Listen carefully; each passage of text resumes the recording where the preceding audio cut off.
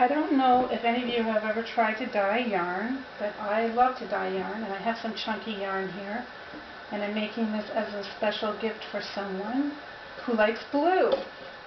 You can see I'm arranging the yarn in sort of this strange pattern, trying to flatten it out so that I'm not going to get some areas that aren't dyed. So that's one of the big crises with yarn dyeing, is after you get it all done, some of it's missing dye. So we're going to be really careful not to let that happen. So blue being the color that we want to end up with, I'm going to start with completely different colors because I want to build this underbase of color to put the blue over top. And I'm looking on the color wheel for things that are close to blue but aren't blue. So I'll choose things like blue greens, bottle green and turquoise I'm using today. I'm going to choose some moss green just in case I want this little under hint of yellow. And I might even add some yellow to it. So I have my wool wet. It's been soaking. Make sure that it's totally soaked.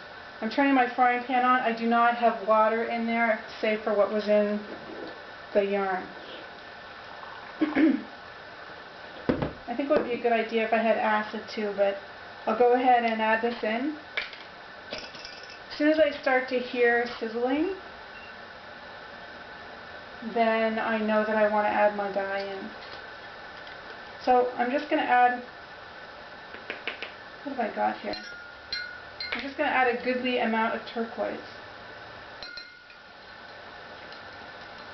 That's like a heaping 30 seconds.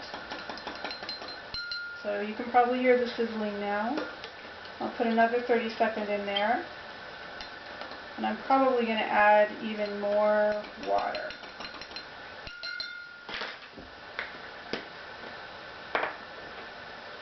So what I do when I pour the dye over, I should have acid in it, one moment.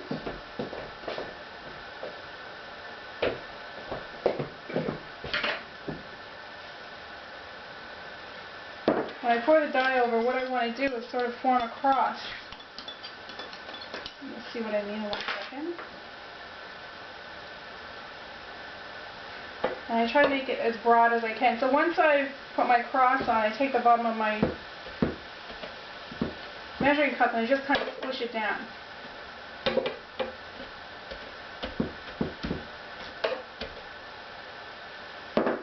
And quickly get ready for my next color. This really happens fast when you are dealing with this high temperature frying pan. So you got to have everything at the ready.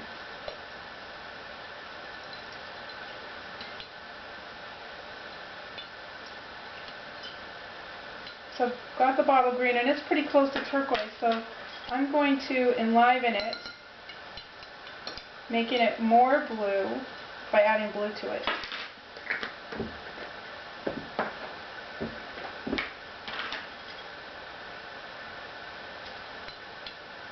So with 30 seconds of approximate, I think they were heaping 30 seconds of bottle green and 1 of blue. Add some acid. Now I'm going to pour this over in a cross shape.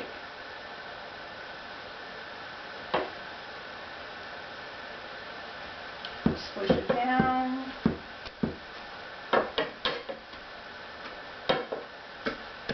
Now sometimes the middle can get a little bit dark, and if that happens and you don't like it, I have a little trick I use. I take a nylon or another piece of wool and just put it in there to kind of take up that excess stuff, because you'll get areas that are quite dark if you don't. So now I want to make some blue violet. Trying to close it out. Lately I've noticed blue violet does not have enough blue in it. It's turning out quite red. So what I've been doing is adding blue to them every time because it's just too red. It's not as blue as blue violet should be. So I added a 30 second to it to make it more blue.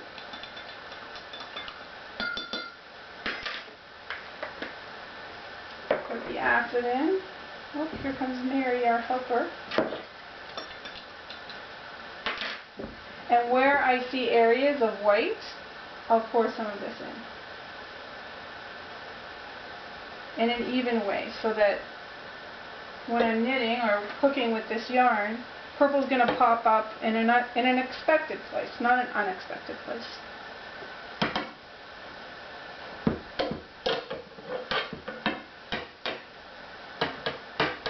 So I've gone one side of blue on the color wheel, gone the other side of blue on the color wheel. Now I'm going to throw my ringer in, which is moss green, because every once in a while I want this surprise for the eye.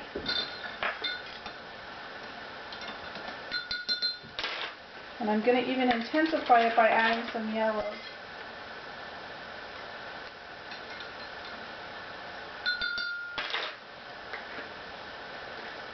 Add my acid. So because every time I'm adding dye, I'm adding water to this, I don't have to worry about things getting dry or burning. Because by now, I'll show you in a few minutes, I have quite the interesting amount of water in there. If I squish it out, you can see there's lots. So this itself is quite beautiful to look at. But, of course, I'm looking to have blue wool. And I'm also looking now to see if I have any undyed parts, because you can see it happens. But that's okay, because I'm, in a few minutes, going to flip this over. And these parts will all be dyed blue. Because I'm going to make my dye bath deeper when I add the blue, so that the blue goes through everywhere.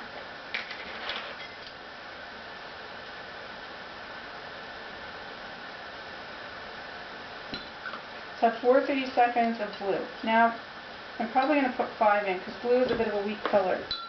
And it's also a color that doesn't like to dissolve very much. So extra stirring, heating it up in the microwave, that will all help it to dissolve. I just think you have to be patient and stir. And I seldom have the patience for it. I'm going to move this kettle out of the way now. Learning to flip this stuff might seem worrisome, but you don't really have anything to worry about.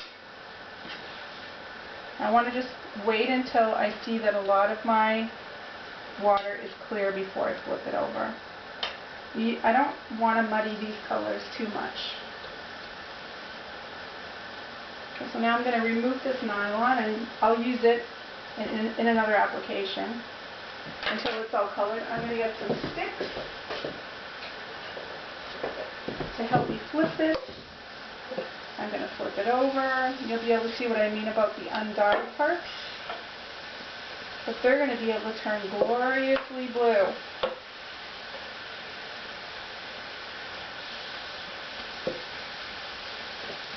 I'm going to run over and get some extra water.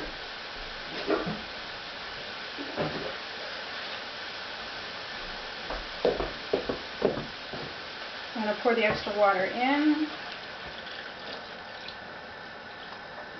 which helps to cool the pan up a little bit.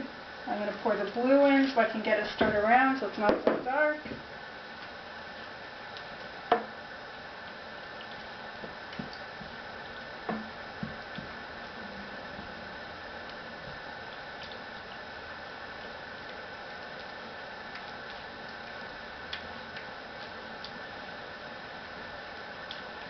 It doesn't grab up so quickly too.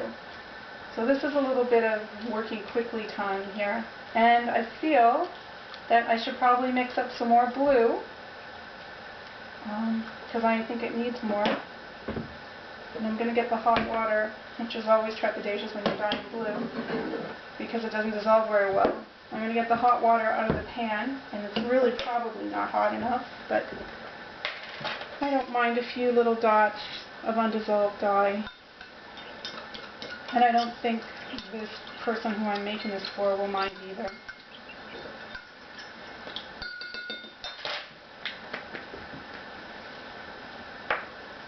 Gonna get some water. just going to direct pour this on places that I think can use it. You can see how beautiful that is. So now I'm done, and I'll put the results on the slideshow. Thank you. I hope you try dyeing wool and enjoy it.